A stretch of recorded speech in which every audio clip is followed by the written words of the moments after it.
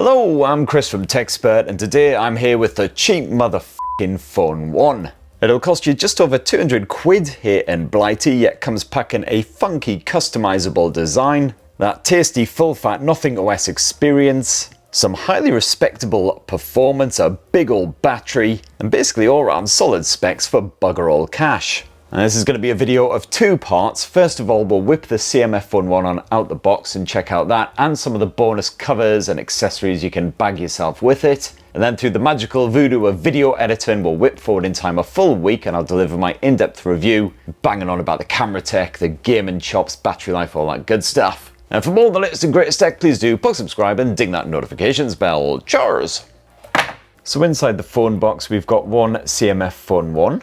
Got your bog standard USB cable, QR code for a quick start guide, and a dinky wee SIM pin, the old CMF logo. And that's it, very straightforward stuff. So here it is, ladies and gentlemen, after many teas and glimpses over the past few weeks, here is the CMF Phone 1. Standard colour is a plain black effort, as you can see there, but of course CMF also offers up a variety of colourful cases, so you can change up that design. This reminds me of the old Lumia phones from back in the day, absolute bangers they were. Let's start with this bright orange number, which actually matches my t-shirt in the video behind me. And here in Blighty, each of these cases will cost you £29 separately. And in here we've got, of course, the case itself. We've got a sturdy looking SIM tool, which also has a built-in screwdriver head. And you've got a matching SIM tray. Oh, micro SD support, nice. Plus a new spinny accessory cover. And some new teeny tiny screws in case you happen to lose any during the process. Oh, bollocks, case in point. And thank the baby Jesus, you also get some instructions which I think are going to be bloody essential. So first off, we've got to pop out the original SIM tray. Then undo the 4 rear screws, and more importantly, don't try and lose the buggers. Kerhoist. Alright, now we apparently rotate the round accessory cover. Off that pops. And underneath that is a release button. So now we should be able to remove the back end entirely, allegedly. This thing's even stiffer than me after that time I mistook Viagra for Tic Tacs. Come on, you know you want to. Ah, there we go. Whew. And there, ladies and gentlemen, is the insides of the CMF Phone 1. And now we just got to do the same again, but in reverse. Twizzle, twizzle, twizzle, screw, screw, screw, and insert. Insert the right way.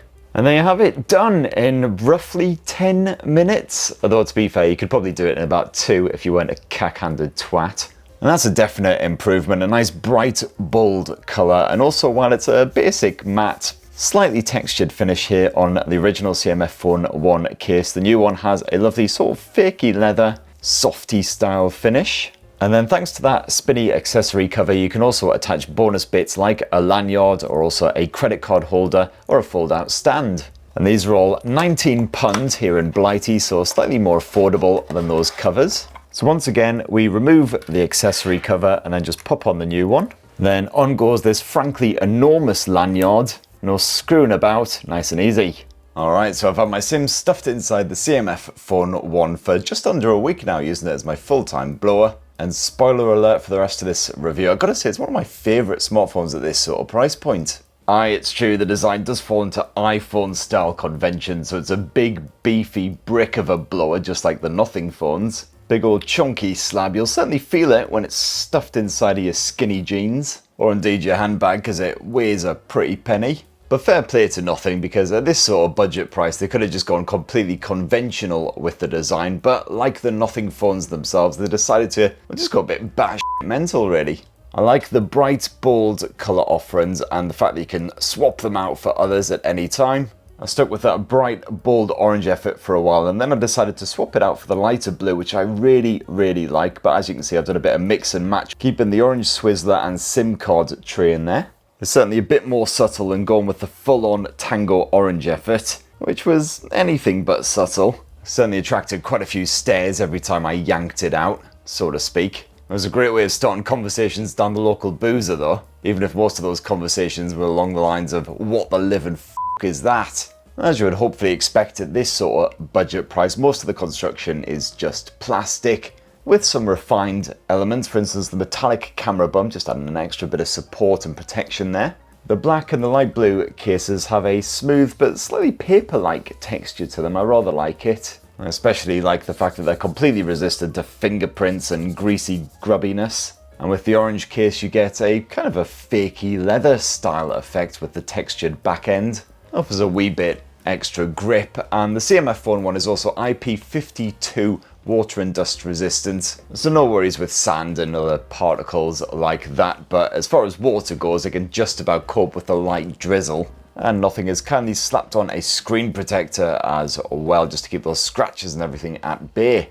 Now down here towards the bottom end of the CMF Phone 1 screen you've got an in-display fingerprint sensor. It's basic optical effort but does the job absolutely fine unless your thumbs are moist, in which case no chance. And you've got a bit of face unlock action as well, which as you can see is nice and swift. Usually works well, occasionally balks up if the lines cack, but that's about it. And one of the other great things about the CMF Phone 1 is you've got pretty much the full fat Nothing OS 2.6 experience slapped on here, minus of course all of that glyph light and shenanigans. So I know a hyperactive disco arse to speak of, but that would have been a bit much at this price. When you first boot up the CMF Phone, you can choose between the usual dot matrixy shenanigans or a more stock Android vibe. I of course went full Nothing OS to see how it would run here on the CMF Phone 1. It's got the usual stylized widget shenanigans, plenty more of those to choose from if you dive into the widget section.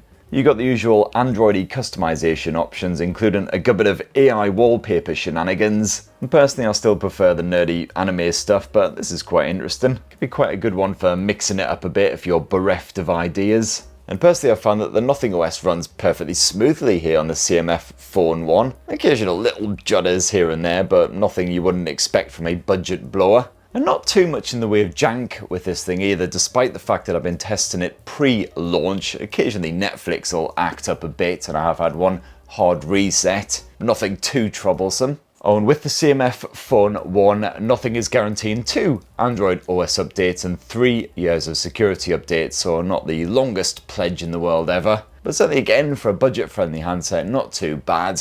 A reasonable chunk of that 256 gigs of built-in storage, as you can see, already used up, although a massive amount of that is good old Genshin, of course. But as we've already seen, expandable via micro SD in a pinch. And that just slides on into that second SIM slot, of course, and yeah, no eSIM support here on the CMF Phone 1, not too surprising there. What is more surprising, and what a lot of people might be troubled by, and might actually put them off the CMF Phone 1 entirely, is the complete lack of NFC action. So yeah, that means no fun times with contactless payments here on the CMF Phone 1. You're gonna have to just tap your card like every other bugger.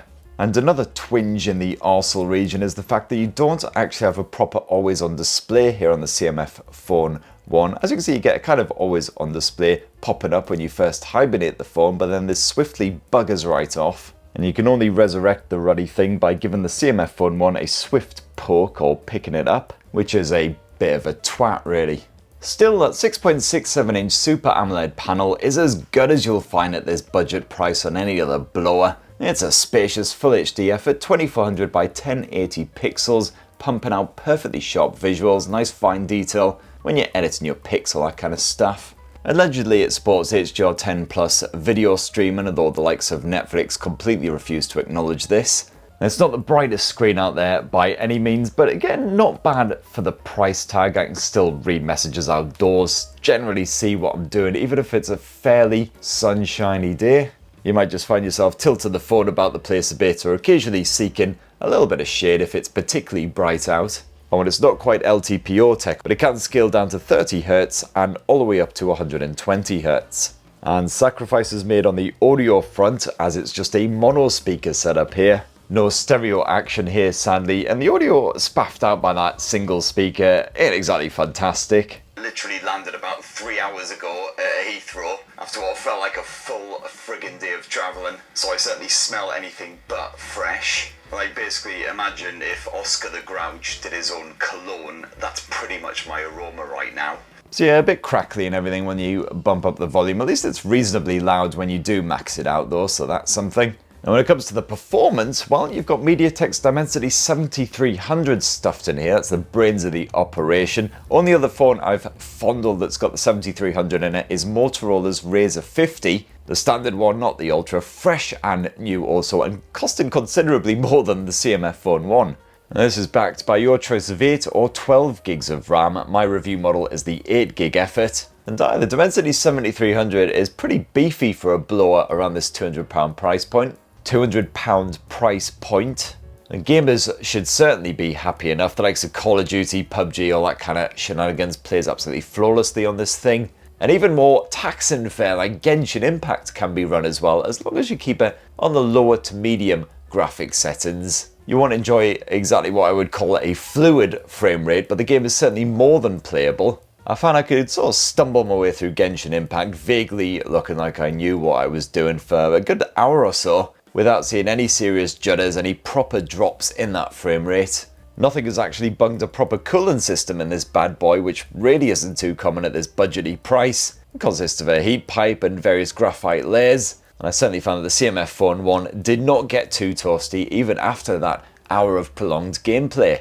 Flat displays, perfectly sensitive and everything. You've even got a semi-respectable game mode slapped on this thing now as well. Complete with performance boosting tools, notification blocking. Still pretty basic compared to what you'll get with some rivals from the likes of Xiaomi, for instance. But the notifications blocking is mostly what I'm here for, and the performance booster certainly a help. And then it's more good news when it comes to the battery life on this bad boy. You've got a 5,000 mAh capacity cell crammed inside of that chunky chassis. Probably not really crammed, to be fair, it's probably sitting in there quite happily. And I found that the CMF Phone 1 serves up over 8 hours of screen on time in the average day, even with a fair bit of camera action, video streaming, good bit of audio streaming as well, lots of podcast and music action on the go when the phone is hibernating. So certainly just as reliable and dependable in the battery area as most of its budget rivals. When it comes to charging the bugger back up again, you got 33 watt wired charging, which is perfectly respectable, although obviously not a patch on what you'll get with some Poco rivals, etc. No wireless charging support, however, which is to be expected. However, you do have 5 watt reverse charging support.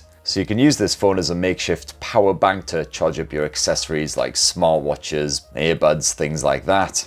So let's finish this CMF Phone 1 unboxing and review with a squint at the dual lens camera tech. And that main shooter slapped on the back is a 50 meg effort, although no optical image stabilization. That's another area where they've saved a bit of cash. But I do really like the camera UI, nice and simple and straightforward. You can drag down a variety of options like so it's one-handed friendly. As you can see there, you shoot it at 12 megs by default, but you can bump it up to the maximum 50 megs if you want a little bit more detail in there. Nothing is offering you a choice between the natural mode, which is the default state. This is why I left it on for my testing, because it produces quite realistic, natural looking images, of course. Well, the alternative is the AI enhanced vivid mode, which can just boost your pics to make them look more vibrant, more visually pleasing, but of course also less realistic.